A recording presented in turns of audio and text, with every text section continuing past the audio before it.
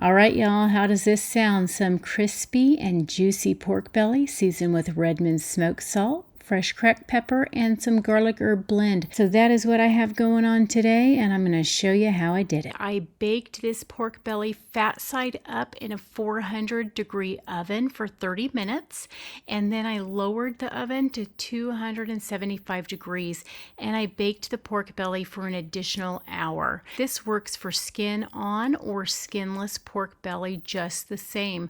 If your pork belly is thicker, then you may need to add an additional time to it. You are just going to cook it until it is fork tender. When your pork belly is fork tender, you're going to take it out and you're going to let it cool. You can even put it in the fridge for a day. Just going to wrap it up and put it in the fridge. Do not throw away that rendered fat, y'all. That is liquid gold. When you're ready to crisp up your pork belly, guys, you are going to take that rendered fat and you're going to heat it up to 350 degrees, and you're going to fry that pork until it is crisp and golden.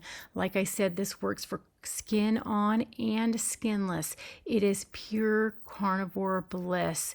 I hope y'all enjoy that crunch as much as I did. You guys, this is juicy and delicious. 100% carnivore and 100% delicious.